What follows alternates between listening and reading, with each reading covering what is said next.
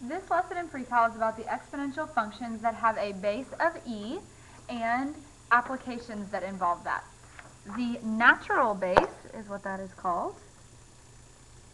The natural base is the most convenient choice for a base, and that is a base of e.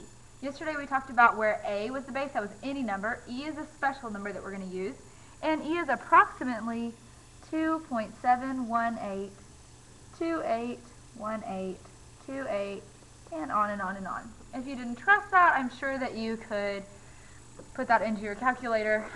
And if you want me to show you where that's located, just hit second, and then it's the division button, and that's E, and hit enter. It's 2.71828. Okay, moving right along. If I find what f of x is equal to e to the x, that's called the natural exponential function. That's kind of a definition. We use that in a ton of applications, which is what we're going to cover in a second. That's why we're covering this. Part A for today is to evaluate the natural exponential function. We're going to use our calculator. We're going to round to 3 decimal places. This first one asks me to find e of x when x equals -2. So I'm going to plug e, which is second, and then it's natural log, which is down here, right here. That's when I'm trying to do e to the x power.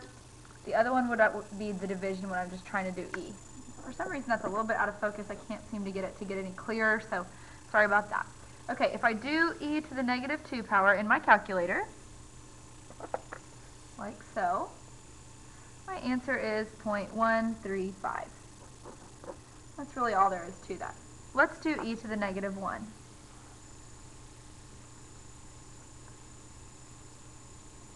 E to the -1 power is 0.368. And again, I round up because 8 bumps 7 up. Okay, that's it for evaluating. Let's look at graphing these. Use the calculator to find a table and sketch the graph.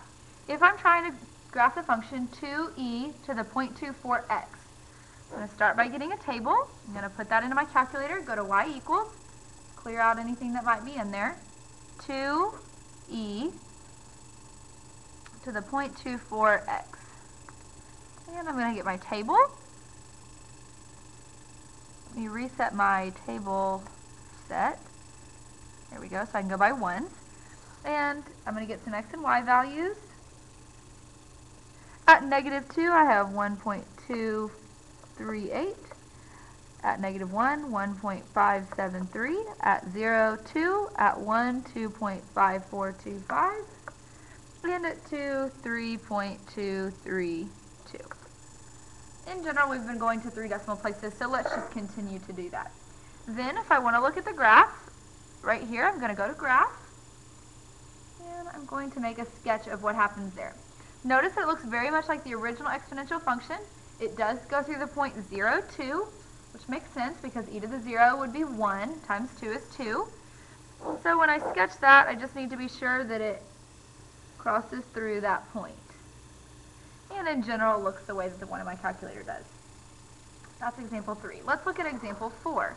If I do 1/2, so go back to your calculator, put in 1/2, be sure to put the 1/2 in parentheses, e to the -0.058x in parentheses. Again, I'm going to make a table. Second table will give me that. And if I copy some values from there, I'm always going to choose these -0 and 1 so that I can get a good frame around 0.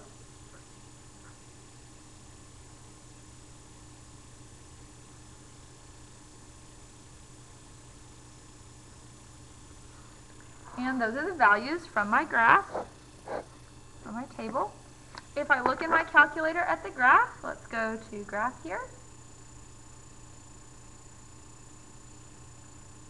And I'm a little concerned. Hold on one second.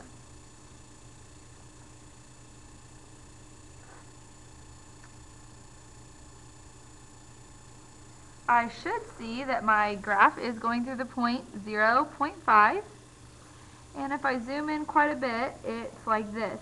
Notice it's fairly flat here, okay? And that's why I say let's look at a zoom out.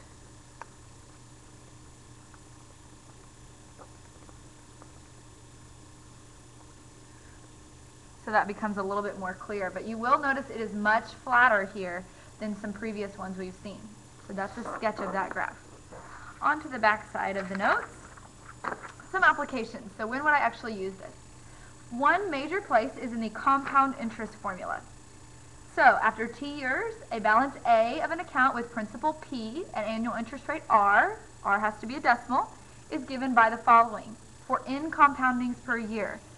So this is if A equals P times 1 plus R over N to the N times T power. That's the first formula we're going to use. A is the account balance. P is the principal. Principal just means the amount of money you invest. R is the rate at which you put your money in. N is the number of compoundings, and T is time. For continuous compounding, we have P e to the RT power, where P is the principal, E is the special natural base that we talked about earlier, and RT is R for rate and T for time.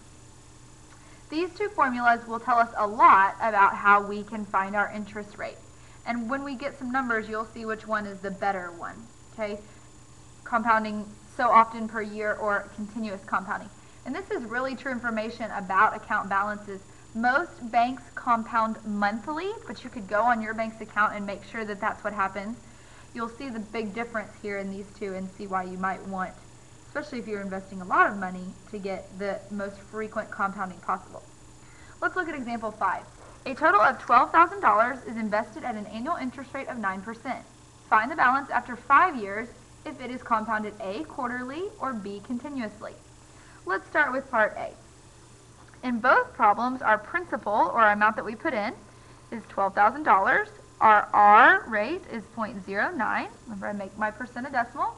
Our time is 5 years. Time is always in years.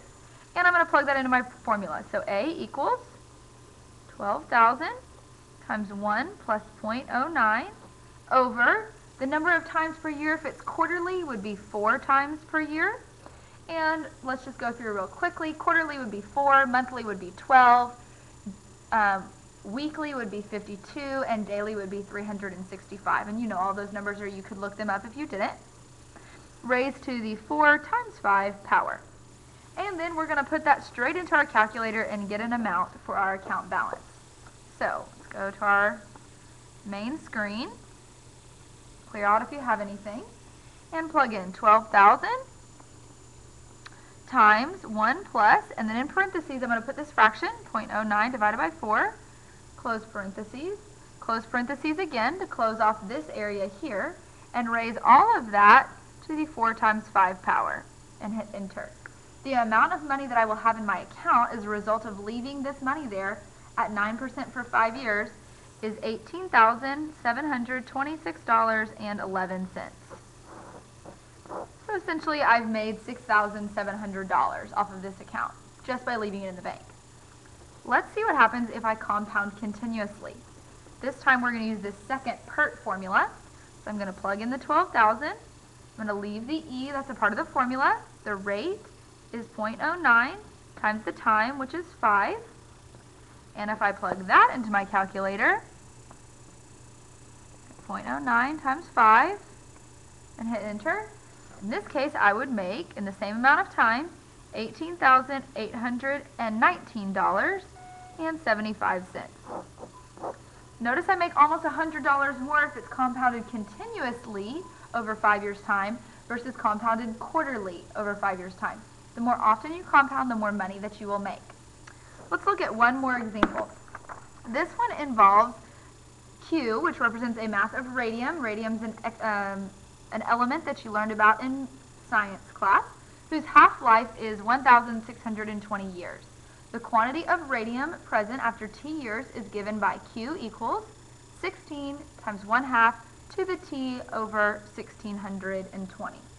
Okay, this is the formula, so we're not going to use the ones we just learned. The first thing we want to do is sketch a graph of the function over the interval where time is 0 years to 5,000 years.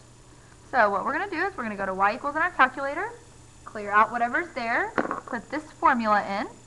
I'm going to change 1/2 to 0.5 just for the sake of ease. You could do it, just be sure you put it in parentheses. I'm going to replace t with x because it means the same thing. And then I'm going to graph my function. Now, before I do that, let's change the window. It says from t equals 0 times 0 to 5,000 years. So we probably don't want to go by tens. Let's go by hundreds. Okay? And for our y minimum, okay, let's think about what would make sense for that. The smallest amount you could have of radium would be to have none. You can't have negative radium. And the greatest amount of radium that you could have, let's just say because of this 16, we're going to look at this up to 20. And we're going to go by ones. That'll make sense there. Okay, let's go ahead and graph this. And as you can see, as time goes on, there becomes less and less and less radium. Now, it crosses here at 1620. Let's go ahead and graph that.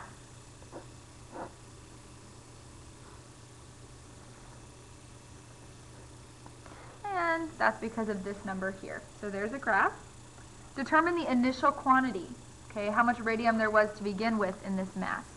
So Q equals 16 times 1/2 to the 0 times 6 divided by 1620. 0 times anything is 0. 1/2 to the 0 power is 1.